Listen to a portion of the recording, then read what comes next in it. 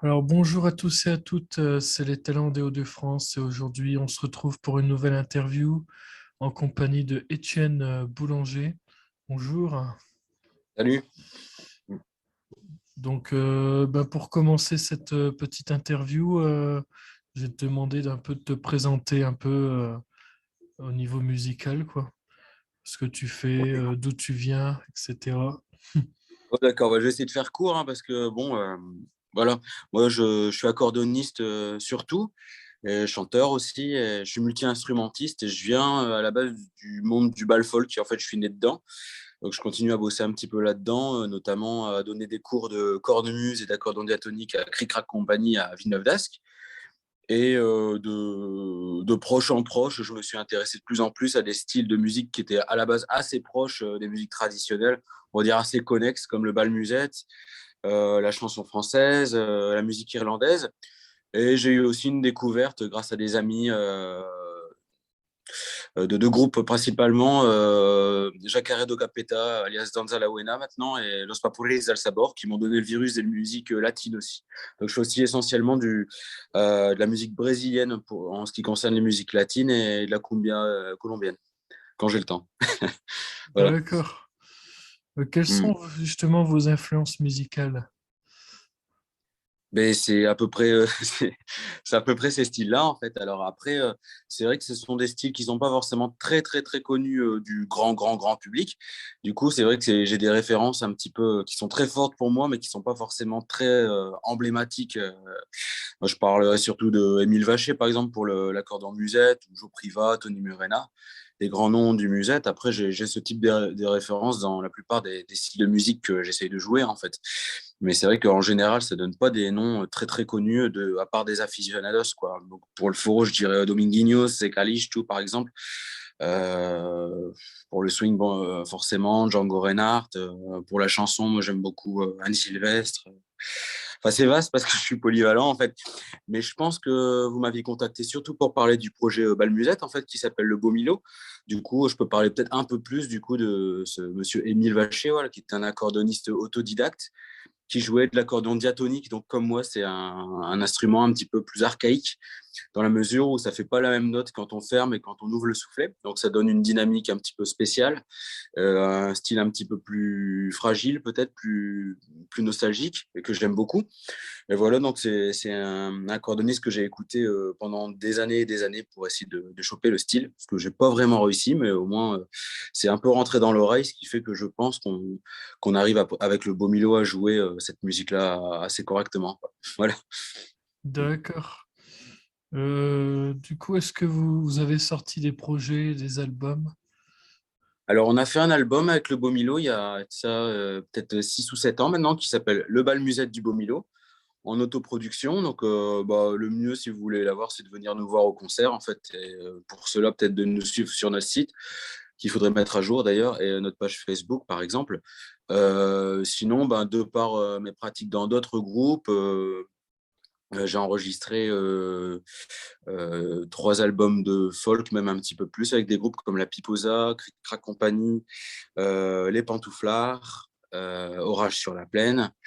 Et en ce moment, par exemple, on est en train d'enregistrer quelques titres Foro pour mettre sur YouTube pour la com avec mon nouveau groupe Foro Pop-Up. Et je participerai à l'enregistrement de l'EP de Danza la Buena cette semaine aussi. Donc, pas mal de projets. Et j'en oublie, hein, malheureusement, j'en oublie. Voilà. Mm. D'accord. Comment justement s'est passé le déroulement de tout ça pendant la période du confinement? Ah, ça, c'est une question intéressante parce que je pense que tous les musiciens ont eu leur manière de réagir, hein. Il y en a qui étaient un peu plus malins que les autres. C'est pas trop mon cas. Moi, le premier confinement, c'est un peu, je veux pas dire philosophique, quoi, j'en sais rien, mais j'ai pris le parti de le vivre comme une expérience. Comme ça, je pensais qu'il n'y en aurait qu'un de confinement, donc j'ai pris le parti de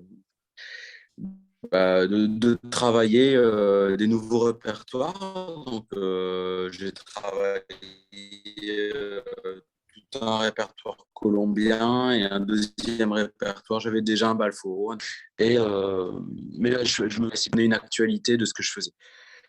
Et quand ça a reconfiné, puis re-reconfiné, après, on ne comptait plus si on était confiné, si c'était couvre-feu ou si simplement les concerts étaient interdits. Dans tous les cas, au bout d'un moment, pour rester actif, il a fallu, comme on ne pouvait plus faire de concerts, ou très difficilement, il a fallu trouver des solutions. Et à l'époque, avec des copains, on organisait pas mal de bœufs pour jouer en public, dans les parcs ou en terrasse ou un peu dans la rue, comme on ne pouvait plus jouer dans les cafés et comme il n'y avait plus de concerts. Et puis j'ai commencé quand même à faire de l'autopromotion, on va dire, dans le but de petit à petit basculer vers l'intermittence du spectacle, en fait.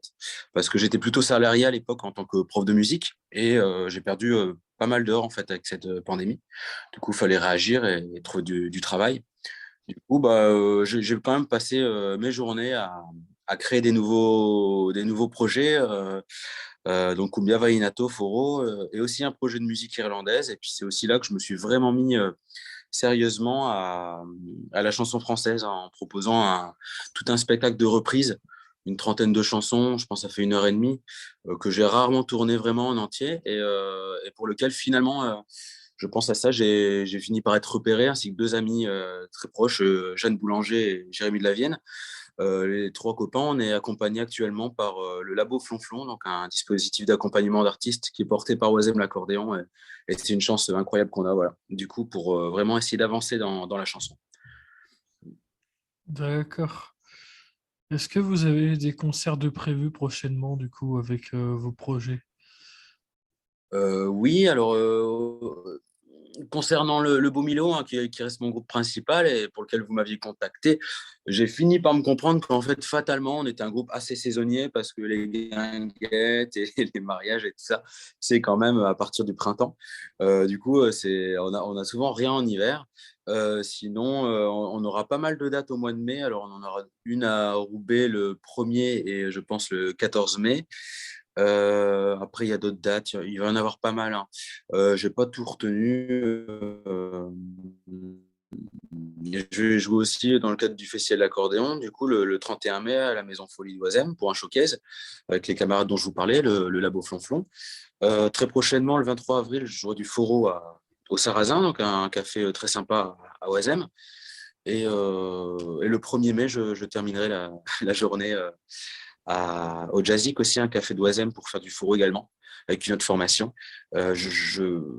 J'ai pas retenu toutes mes dates et il y en a une partie quand même, comme je fais de la musique aussi qui sert à faire danser ou qui est événementielle, il y a une partie des dates qui sont privées en fait, donc je vais pas trop m'étendre sur toutes ces dates-là. On jouera aussi le 3 juillet à Aumont et le 4 juin à Oisem, il se passe des choses quoi, autour de l'accordéon toujours. D'accord. Du coup, où est-ce qu'on peut vous retrouver sur les réseaux sociaux? Moi, je fonctionne surtout par Facebook et par Instagram. Voilà, donc il suffit de mettre Étienne Boulanger, c'est mon nom. Sinon, pour chacun des projets, on a fait une page dédiée en général. Donc, mais si vous me suivez, moi, ma page perso, on peut s'abonner dessus et puis vous verrez les infos. Normalement, je mets absolument rien de personnel, quoi. Je me sers des réseaux sociaux exclusivement pour faire la communication, éventuellement pour prendre des nouvelles des copains, voir où jouent les autres groupes. Mais en général, moi, je ne raconte pas ma vie, à part que la musique, c'est ma vie. Mais voilà, du coup, ça me sert quand même à donner les infos. Sinon, vous pouvez suivre le Beau Milo et les groupes dont je vous parlais, en fait, hein, sans problème, quoi. Mm. D'accord. Alors, qu'est-ce que je pourrais parler? Mhm.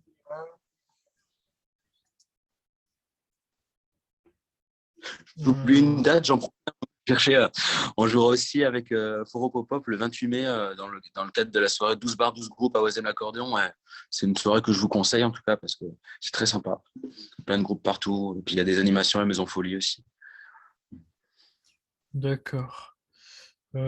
Pour finir, quels sont vos futurs projets justement avec vos groupes? Il y aura un second album qui suit ou... Alors ça, pour l'instant, c'est pas prévu. Bien sûr, on y pense parce que c'est important dans la vie d'un groupe pour garder la fraîcheur, de temps en temps d'enregistrer. Aussi parce que on n'a plus tout à fait la même équipe que pour le prochain album. Après, on est quand même dans une période où les manières de faire ont légèrement changé par rapport à l'époque où les gens achetaient des disques, hein, tout simplement. Et maintenant, les gens n'ont plus trop de quoi les écouter, ils les achètent pour nous faire plaisir. Donc, ça peut servir à démarcher, à développer un groupe. Mais je pense que de plus en plus, on va plutôt enregistrer 1 ou 2 titres par an pour faire la démo et puis multiplier les projets, sachant que les projets qui marchent, ben, on les suit. Les autres, quand ça veut pas partir, finalement, je me rends compte de ça à force de les multiplier, c'est que ça s'étiole très rapidement. Malheureusement, si c'est pas demandé, nous, on peut pas non plus faire de miracle. Ou alors, il faut avoir des boîtes de production qui font un travail vraiment très important de diffusion. Moi, actuellement, pour l'instant, même si ça tend à changer, je n'ai pas trop ce type de structure pour m'épauler. Ou alors dans une mesure assez modeste, où c'est des boîtes de prod qui s'occupent de beaucoup de groupes, donc qui font leur possible. Du coup, voilà, des actualités, forcément, il y en aura. Là, comme je vous le disais, je suis en train d'enregistrer sur l'album d'un copain. Donc, c'est un groupe de copains dont je faisais partie de l'ancienne mouture du groupe, Jacques Heredo Capeta. Maintenant, ça s'appelle Danza la Wena et c'est vraiment des amis de cœur. Et avec mon ami Jeanne, qui fait le labo Flonflon avec moi, on enregistre sur l'album, par exemple. Donc, ça va sortir très prochainement. Je vous invite à suivre ce qui s'y passe. Et puis, je pense si je ne me trompe pas, qu'ils seront à la réserve ce samedi. Donc, vous pouvez les voir. Vous aurez tous les infos, je pense, sur la souscription de l'album.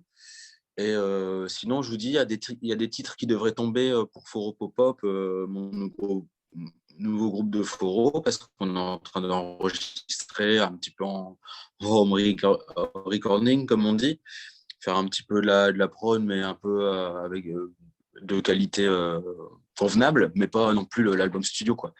Et ça, j'ai l'impression que c'est des manières de faire qui tendent à se généraliser chez les musiciens indépendants, quoi. Du coup, c'est une bonne chose aussi, ça a ses vertus. Et je pense que, on parlait du confinement, je pense que le confinement, finalement, ça aura permis à pas mal de musiciens, par obligation de rester actifs et de garder un lien avec le public, peut-être de se mettre un petit peu à ce mode de fonctionnement qui, moi, à la base, ne m'attirait pas trop, en fait. Je trouvais ça un petit peu narcissique. Finalement, j'ai trouvé quand même des vertus parce que ça permet effectivement de se jeter, de se lancer, pardon, éventuellement des défis, un petit peu de dire, ah, ce morceau-là, dans une semaine, je l'enregistre et je le montre aux copains, plutôt que d'être confronté à l'épreuve, hein, de l'enregistrement, qui est une épreuve quand on n'a pas l'habitude. Et avant, j'enregistrais 1 ou 2 fois par an, ce qui est assez peu, en fait, pour avoir des habitudes d'enregistrement. Voilà, du coup, je fais toujours passer les infos, moi, de toute manière. Et puis, il y a un beau petit réseau, vous avez pu remarquer, de toute façon, à Lille et dans la région, avec beaucoup de groupes qui font des choses intéressantes. Voilà, si vous regardez cette interview, c'est que vous vous intéressez à ça, mais continuez, c'est très chouette d'avoir un contact avec le public et puis des gens comme vous qui entreprennent des choses pour nous aider à nous faire connaître. Merci beaucoup.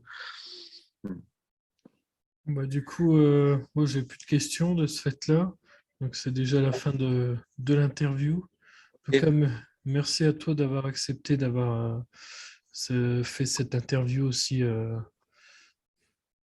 pour les talents des Hauts-de-France. Et puis, merci beaucoup pour l'invitation, hein. Ça fait un petit moment qu'on était en contact en plus. Et c'est ça. voilà, c'est une belle initiative. Bénévole en plus, bravo. Merci beaucoup. Merci.